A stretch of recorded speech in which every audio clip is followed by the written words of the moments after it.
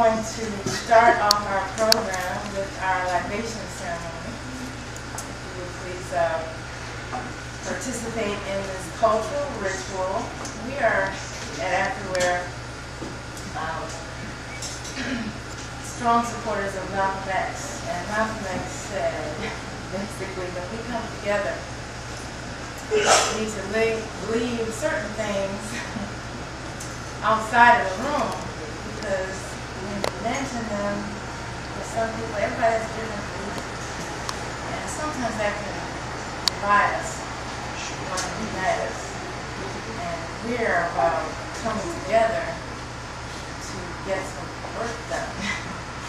So when we have a ritual like libation, I just wanted to make sure that everybody knew that it's a non-religious ceremony that to acknowledge our ancestors, or those who came before us, your great-great-grandmother, great-great-grandfather. So I'm going to ask for the lights to come down and everyone to think back to that special person in your life who has made a difference to you, who has guided you. You may not even have met them personally, but they've made a difference for you, and they have also sacrificed a lot for us, our ancestors. So it's important to acknowledge that and give thanks for that, because we wouldn't even be here today without those sacrifices. The plant that I have here symbolizes life, eternal, and as our ancestors have given to us, we can think of that as a plant giving off oxygen so that we might breathe. And then in turn, we give back to the plant by pouring water into the earth. Of course, we never have enough water to amount to the blessings that have been poured on us, but symbolically, we will start here. So, hopefully some names have come to mind, and you can, if you're comfortable, share them with us, say those names, because that also gives them life, gives them living through your words and through your actions. So as you say the name, I will pour the water into the plant, and we can in unison say Ashe, which is a Yoruba word that means we agree, or it means make it so. I'd like to start, if you don't mind, with a sister, a giant of the Black woman, who would be here today if she hadn't made her transition this morning. And her name is Dolores McCain. And she wrote for years. I don't have her full bio, but what a pleasure to be in the over the years as a reporter. The author community. She always covered events. She had a photo, like a photo opinion, photo article that she did, as well as just many feature stories. And I didn't even know that she had fell sick and received an email and a call from her brother this morning that she passed. And, you know, it's, as I was talking to my sister, staying close to people, sometimes you get distracted with so many things. I just wish I had known of her condition. But I want to give thanks for her life and the works that she did in telling our story. I mean, she told stories throughout the years. She went places without her editor even knowing. You know, and later after reporting back, he would decide then, oh, okay, this is make the piece. So I just want to give thanks to Sister Dolores McCain.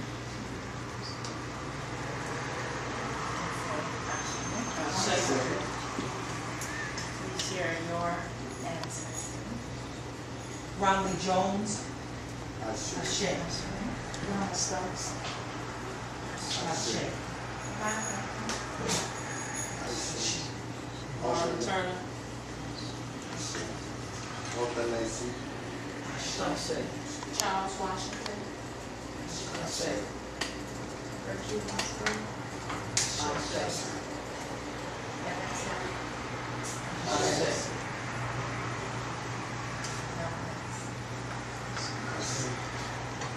Anne Blanche.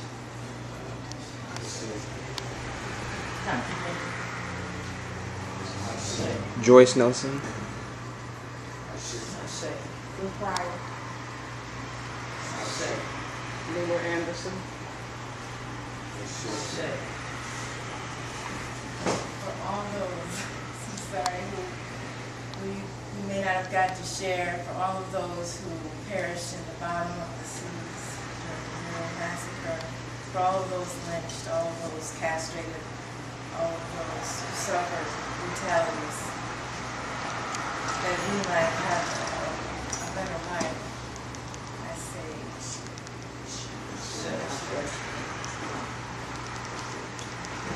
thank you very much for I always like to acknowledge my world-class staff. Please give them a round of applause. There you have Tyler on the camera, Hi. our youngest member. We have Sister Kajaria in the back there, who's joining us, and we have a mother and daughter team. Sister Katrina and her mother right with her as she prepares to bring new life into the world. We're so excited about youngest here, and when's the big day again? October 17th. Make it the 15th? Because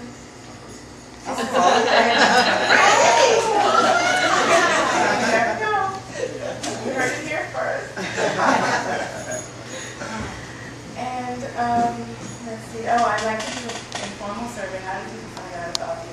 Okay. Facebook. Okay. Someone saw Facebook. Okay. Okay. Email or word of mouth. Okay. Good. Good. Good. I'm gonna keep that word of mouth going and always keep it. I don't think anybody's parked on the wrong side of the street. I'm just going through these things just in case, make sure nobody gets a ticket. Also, making sure if you need to use the facilities, the washroom is. What's the wrong side of the street? Wrong side of the street is the Dominic side of the street. What about that one? That's fine. Yeah, or in the, because we have definitely some parking issues today in the construction. Even Dominic's is going to be parked there. Washroom is door number 3 on the right. Feel free to excuse yourself at any time. Am I forgetting something? Let's see, we are recording the event, so please turn your cell phones to silent or vibrate or something not to disrupt the program. And we're really, really thankful for that because we're going to upload it to YouTube.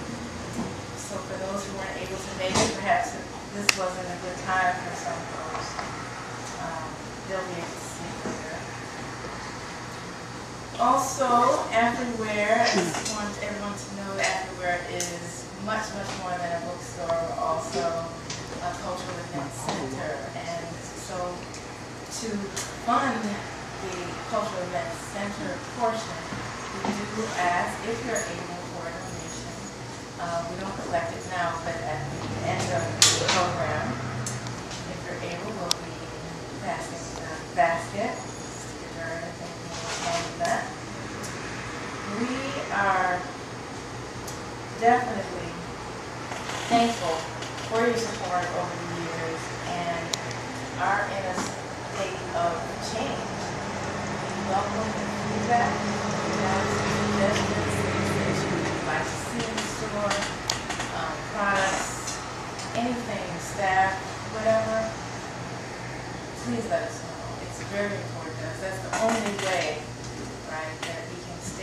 tune with your needs. Okay, so please don't assume that we're reading your minds and just figuring it out like that. We want to know, and either email us, you can just leave an anonymous note. We want to make it as comfortable for you as possible to give us that feedback.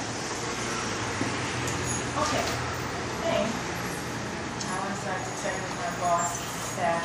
Are we on point? Okay, well, thank you so much, because I've been getting some sun in Trinidad and still trying to get my mind back to being here. Oh, that was such a wonderful trip. I recommend everyone go on vacation. I highly recommend it. So again, thanks to my staff for handling things all done. Okay, now we are so honored. We're so honored to have such a distinguished guest here with us this afternoon. I'm sure many of you have your own stories on how you found out about the Emmett Till case, but certainly etched in all of our minds is the picture from the funeral, open casket funeral of Emmett Till. And I remember some years ago when I saw that, if there was any sense of denial to that point, it was totally washed away when seeing that picture of racism, totally washed away.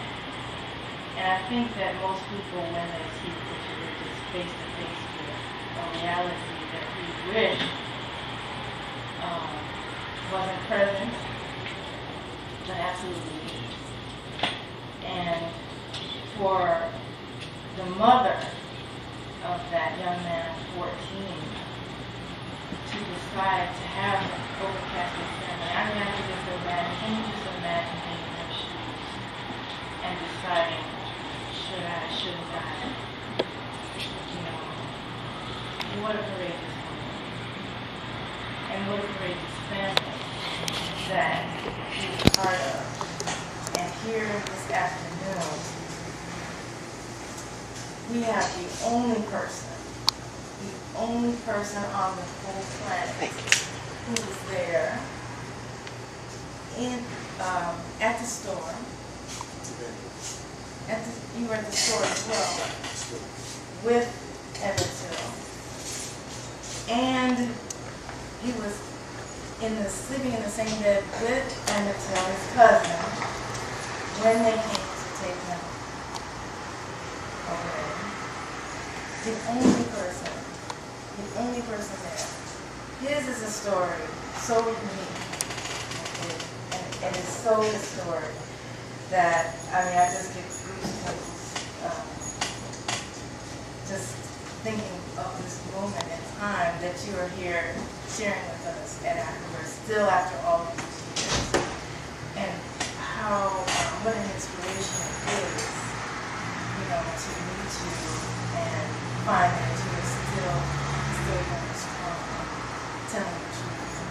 And let us just start by standing and just saluting and giving praise and thanks to Brother Simeon Wright.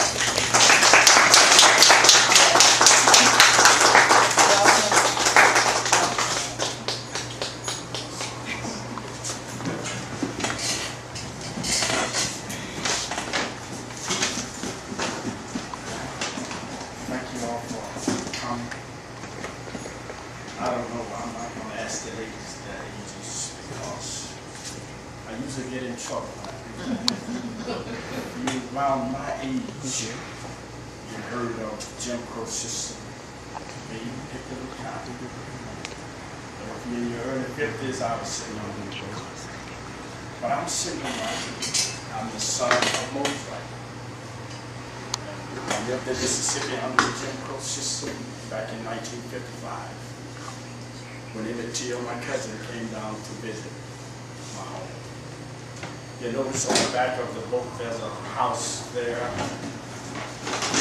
The other expression said that we live in a cabin, but that is the house we live in. On the front cover, I mean. You look at that house there, that's where we live. You will see the cotton going up alongside of the house. The story begins, someone asked me why it took me so long to talk about it. I used to talk about it. But then there was a lot of information out there that's not true. I've seen the same thing you have seen. I've seen Eyes on the Prize. My nephew Curtis Jones, the late Curtis Jones, was a policeman in Chicago. He was telling the story about what happened at the store. Only one thing is wrong. He wasn't there. He wasn't there. He said we dared Emmett to go inside the store, make a pass at Mrs. Bryant. That's not true. I covered it in the book thoroughly about what he said. And that's just a little passage for those of you that haven't read the book. I just want to read a little bit about it. I don't want to get too far into it. But at the time I was 12 years of age. My birthday, as I forestated, October the 15th. I was born 1942. A little place called Doddsville, Mississippi. I'm the youngest of 12. Now, Mose Wright had 12 kids. Out of those 12, 11 retired from a job. You say, what happened to the 12th? My brother Maurice died before he was of retirement age. He was the driver of the car at night, and he never could shake that. He couldn't shake it. So he started drinking. Cost him his life. He died in 1991 from lung cancer, being on the street. But August 28th, this is just a section of the book. 1955 had been the longest day of my life. It was the first day that there was no laughter in the house. And I believe that unless you can laugh, hear someone else laughing, that house is not a home. Dad also feared that the house was no longer safe for us. So he sent Robert and me to stay with neighbors, Mr. Clint Lewis and his wife, Gertrude. They had one son and a niece living with them. They lived deep in the woods off the main road. We spent 3 nights with them, Sunday night, Monday night, Tuesday night. Living with them, however, didn't mean we were free from working.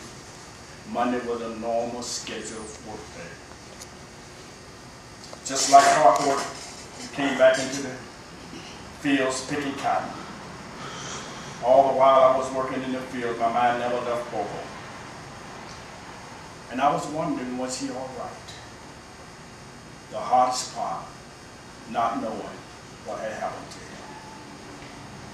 By Monday, Sheriff Smith had arrested Ward Bryant and his head brother J.W. Miley, charged them with kidnapping. But there was no news that day or the next day about Bobo's whereabouts. On Wednesday around noon, the deputy sheriff came out of the cotton fields to talk to my father. Dad didn't say anything to us, but very quietly left the fields. I knew something had happened.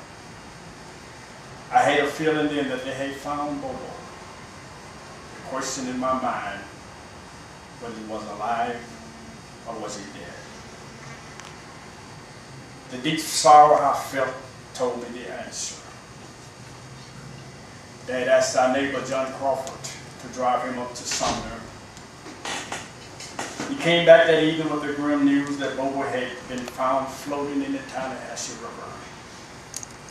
It was about 20 miles before we lived near the town of Phillip in Tallahassee County. something about Tallahassee County that I didn't put in the book. That's the county that my mother and father got married in 1925. Dad had seen and identified the body of Bobo. It was devastating news to my family and me. My soul was hurt and my appetite left me. I don't know how much weight I lost, but my sister Hallie, she said she lost 10 pounds in 10 days.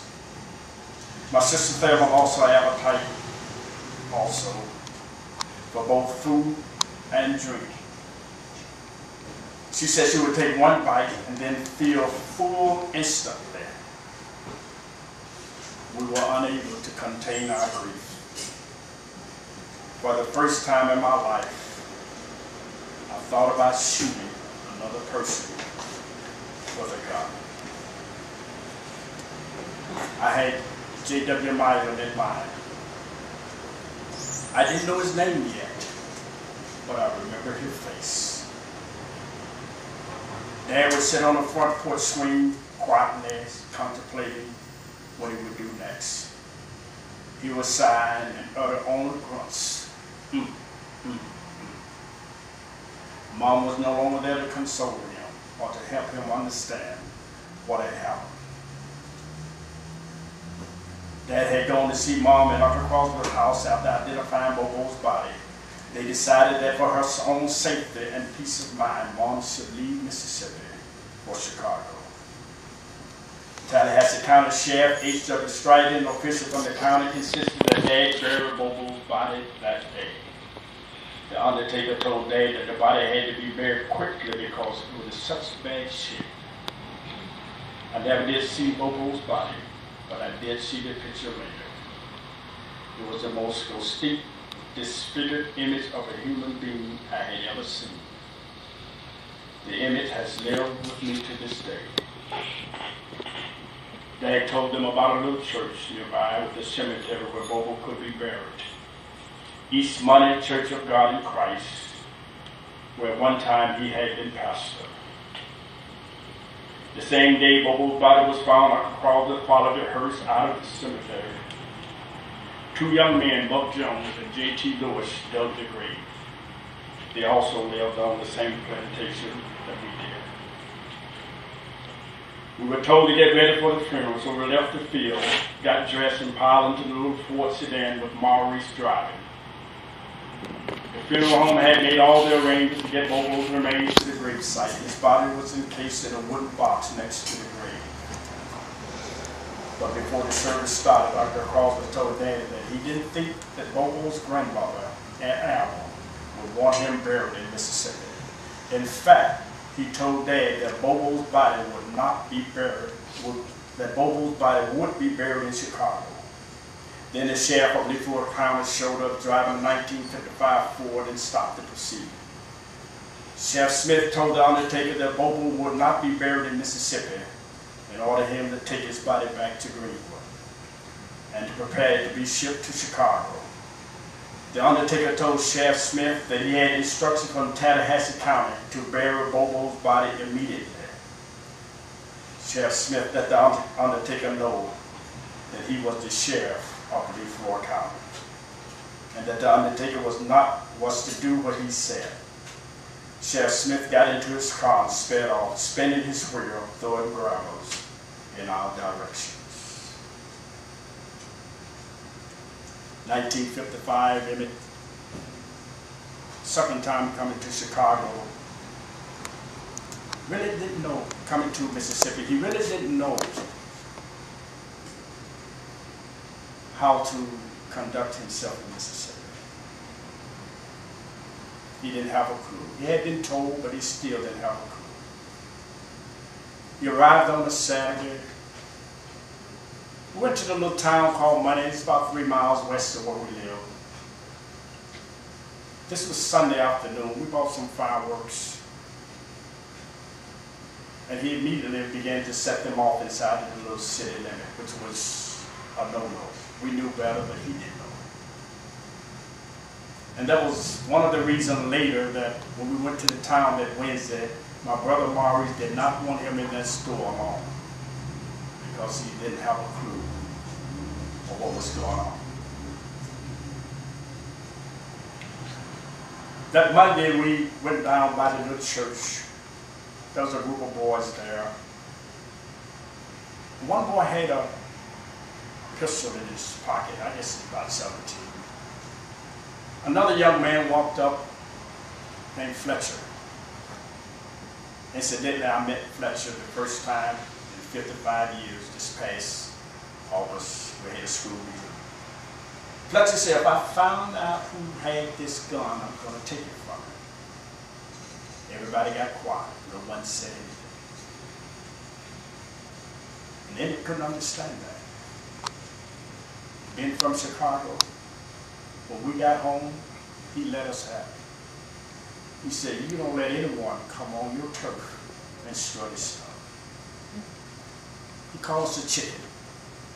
First time I ever heard the term chicken, I didn't know what it meant. He talked about us, but nothing we could do.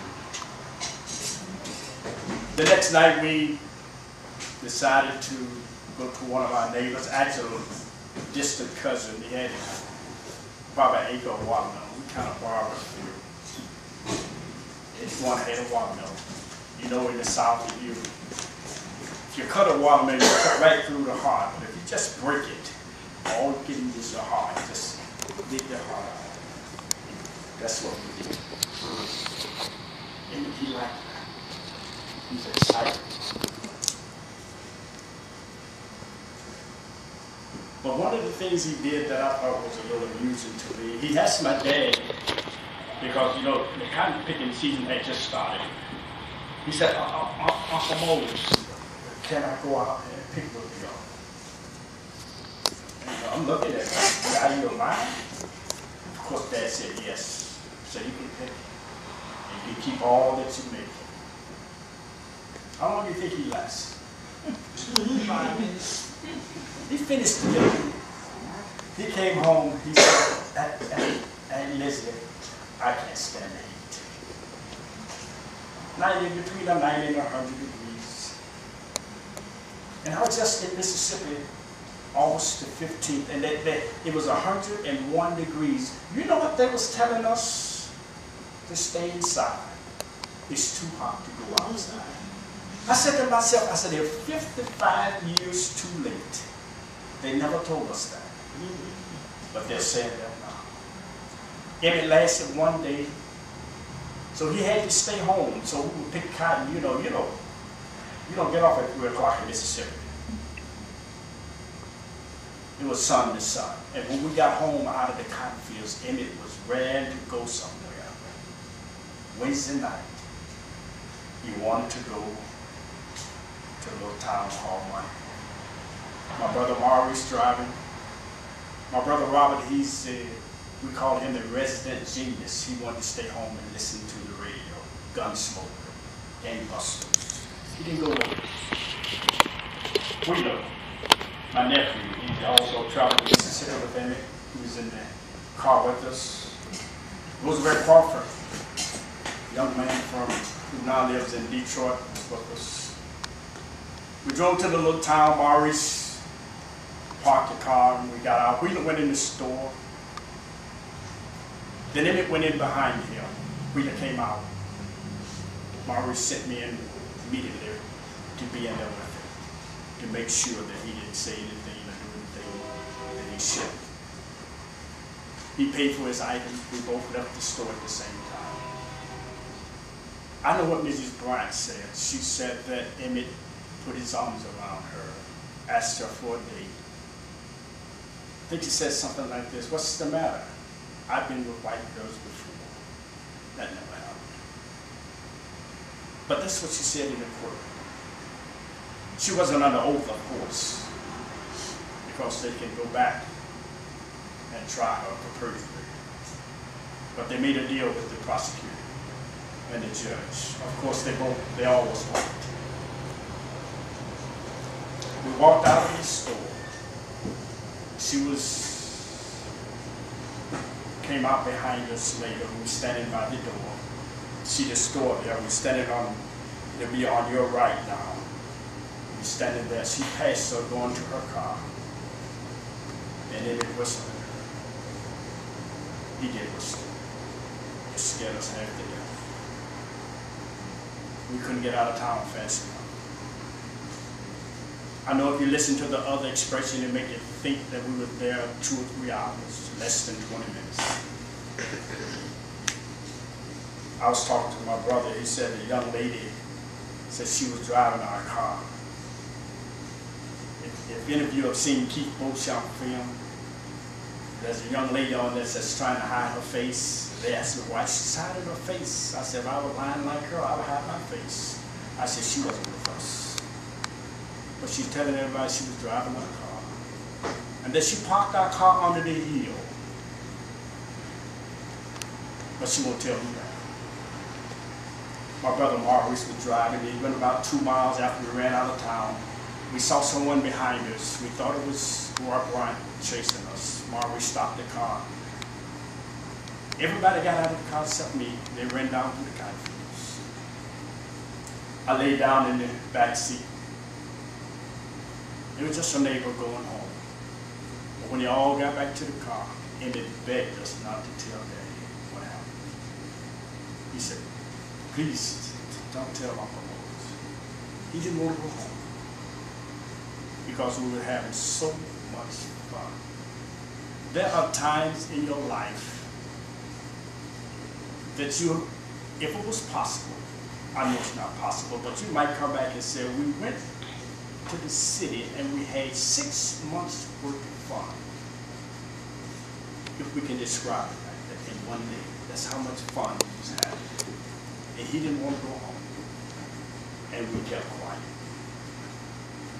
We didn't tell because, number one, we wasn't too familiar with the Jim Crow system. We didn't know that white folks were that low down. We just didn't know. Our parents knew. But the kids didn't know. It never entered our mind that he would be killed for whistling. But that's what he did. And we kept quiet. But the same girl that said she was driving our car, she did warn us, said, we know these people. We're going to hear some more from them. But Thursday passed, nothing happened. Friday passed, nothing happened. Saturday, we forgot about the whole incident. We spent most of the day getting ready to go to Greenwood. That was about 10 miles to the south of us. The county seat, big city. We would go to the movies. We would have a wonderful time.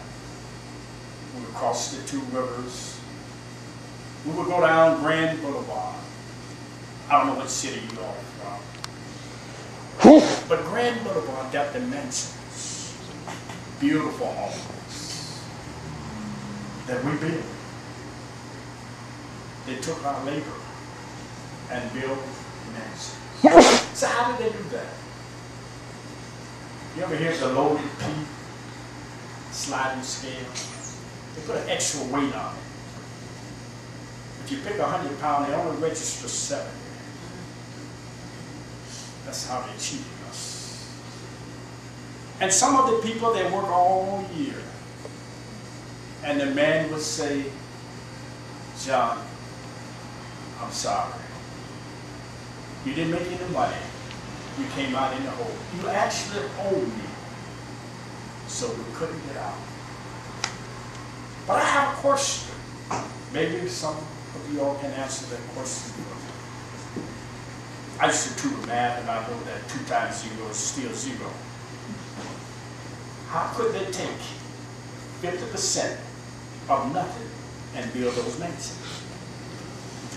That's what they said. We didn't make any money. When you share property, you make 50%. They split it 50%. How can they take 50% of nothing and build those mansions? I still can't figure that out. But they did. That's the Jim Crow system. That's what I try to tell our young people. Let me tell you about Jim Crow. I know you heard it's separate but equal. It's more than that. Under the Jim Crow system, you had separate education. You didn't have the right to vote. And you didn't have equal protection under the law.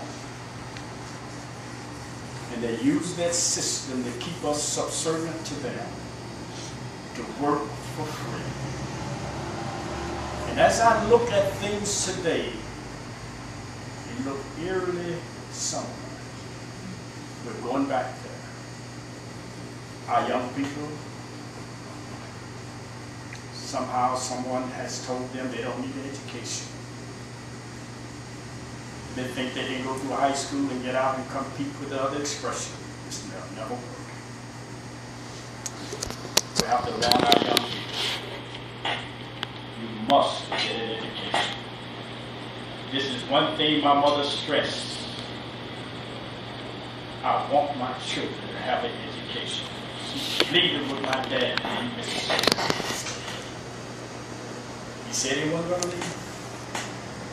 He said, I was born and bred here, and I would die here. But he was a strong black man.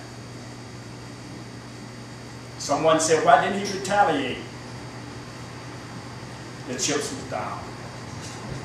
When he opened the door, when the men knocked on my dad's door, they was standing there with a gun. There was nothing he could do.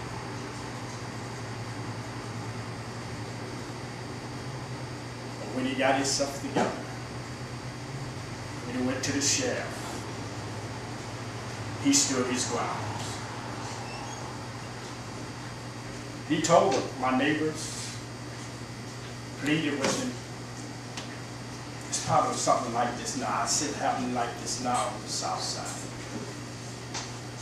Our young men are getting shot down, and the neighbors are afraid to talk. Our neighbors begged my dad, don't testify against these men. They're going to kill you. Of course, at that time, my mother had enough. Could you imagine 12 years old? Ain't no mother at home.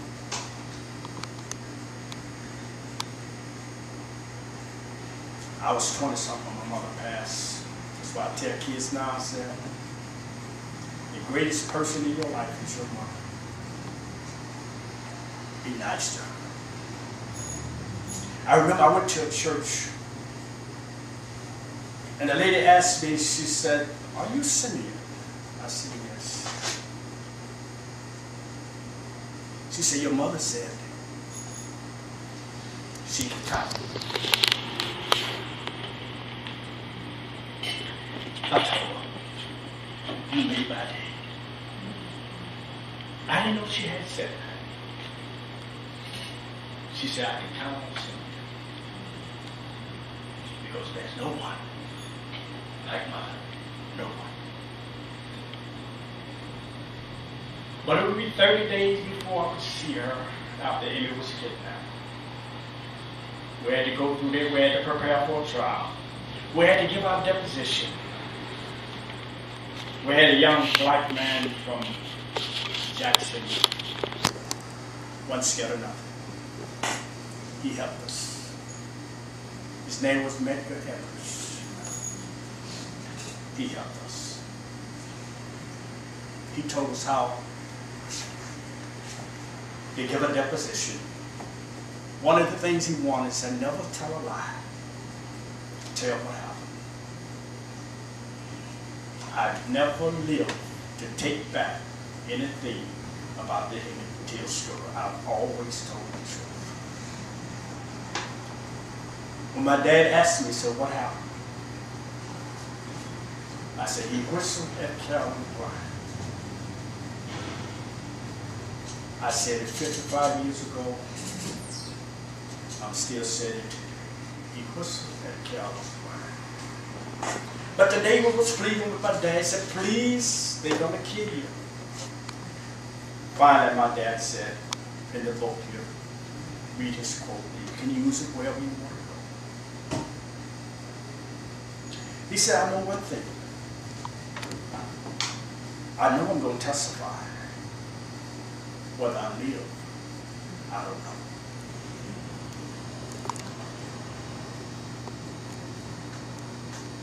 My brother Robert and I, we saw how my dad had taken courage. We took courage and we went back home. We stayed there, we picked cotton. I was prepared to testify against these men. I was the one to identify the ring that he was wearing. I went to the court every day. But they never called me because Emmett's mother came down and she identified the ring on the stand. The verdict came in, you all know the verdict, but you didn't see the rejoicing. They were rejoicing, rejoicing. One white lady said, "You're not going to believe this. God was in the verdict." And this is what I said. I said, God wasn't on that jury. God was not on that jury. It was 12 white men. Could you imagine 12 years of age walking from that trial? The white folks rejoicing. Not all of them, the segregationists. When I say white folks, I'm talking about the segregationists. There's a difference. The good white folks was afraid to help. They was afraid to get involved. But the segregationists, they were rejoicing. I look back as my dad and John Crawford walking to the car. I had this thought. I had the same thought now. I said, we had no one to help us. No one. So one young black man from Jackson, Mississippi, named Emmett Till. Even the sheriff testified for the defense. Who ever heard of such a thing? But that's the system I lived under. That's why we can't stop.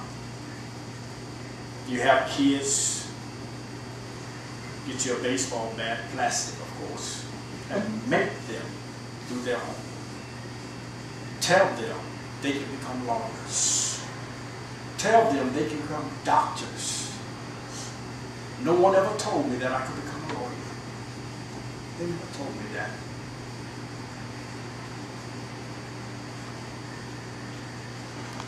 So what happened? I became a dumb pipe fitter. Why dumb? Because pipe fitting work is hard work. Almost hard as chopping cotton. Anybody here ever chop cotton? No one. House there. One lady. It's so bad that this. I used to stand in the cotton field and bite the calluses out of my hand. My dad used to sharpen that hoe in the morning. You know how you're sleeping real good? You're in Never Land. And I could hear that plow going across that hole. And I said to myself, if I thought crying would help, I would cry. But crying would help. We have some funny things about my dad. He was a funny man, he was a strong man. He believed in corporal punishment. He got me about 3 times. He probably would have got more, but my mother didn't play that. She didn't. That's why I love mothers. So you don't beat up on my babies. He would walk through the room. He never said get up. He would walk through the room. We all slept in this one room. There's a diagram in the book. 3 brothers. We all actually. We were 4 sons there. We all slept in the same room because he wasn't walking around the house to wake us up. He walked through the room and he said, boys, boys, boys. He'd keep walking. My cousin, he's funny. Emmett Wright. He said, what happened when he came back through there? You guys was in the bed. I said, we don't know. We don't know. And we laughed about it now. I said, we should have challenged him. But I think he probably would have turned that bed over. But he was fair. He was tough, but he was fair. He fought the system almost single-handedly. Thank God for Medgar Evers. He fought it and we lost. But I tell the people in Mississippi that I'm going to have to close. I said, those men got away with murder. I said, the jury said not guilty. I said, they didn't pay for their crime. But the state of Mississippi is still paying for that crime. Many organizations refuse to locate them because of Emmett Till. They were not located. And they realize that now. They're trying to right the wrongs that has happened, but they fail to apologize. They won't apologize. They come close, but they won't exactly quality. One sheriff said, well, I wasn't there then. But you can apologize for the office. But for those of you that have heard about Emmett Till, you've read stories about it, you've gone on the internet, you've read books, you've heard the relatives talking about it. If you want to know the truth, if you want to know what happened at the store, if you want to know what happened in my bedroom, and I tell people, if you can finish this without crying, you're pretty good. You're real good. So how about you? I wrote this story. And I got so far. I had to come down. I couldn't finish it. That time. Something like trigonometry. I was doing a trigonometry problem while it was so hard I had to put it down. For a week. After a week, it came to me. How to work it out. I had to put this down. Because it's a painful story. But it has to be told. Our children are in danger. We gotta protect them. I don't know if any of you all deal with children. Like I said, I used to tutor math. And some of them don't have a clue. But some, one young man walked up and he said, thank you so much for teaching me just how to do his timetables.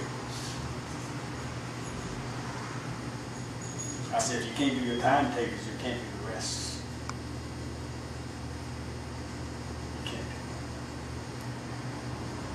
So I would love for you all to read the story. It's going to spread,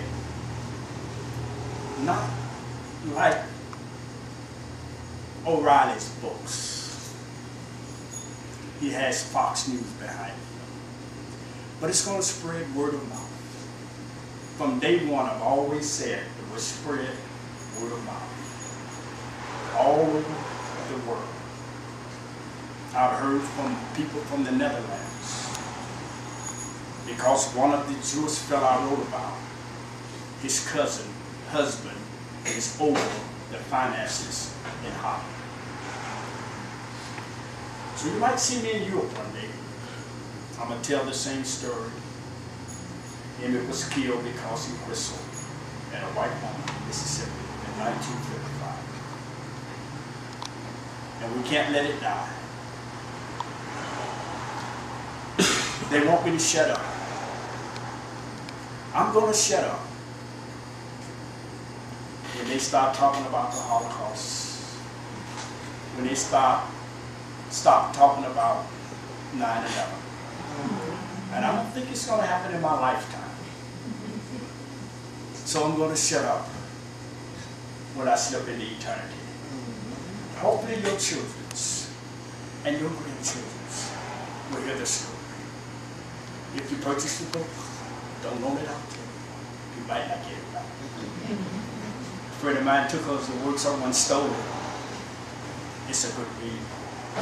There's no underbrush. What I mean by underbrush, you have to read through a lot of garbage to get to the story. Don't start reading it at night, 2 o'clock in the morning, because you can't put it down. You have to finish it. Start in the morning with a cup of tea, a cup of coffee, whatever you're going to have, and enjoy the story. It's the truth, nothing but the truth. And then you can say, you can quote me on this. You can put this up against the internet. When I speak to the Caucasian race, I say, there's a lot of information on the internet, but most of it's not true when it comes out to this. Thank you so much for your patience. If you have questions, I'm here to answer any question that you may have concerning Emmett Till and what happened in Mississippi and in the store. Let's first give him a round of applause.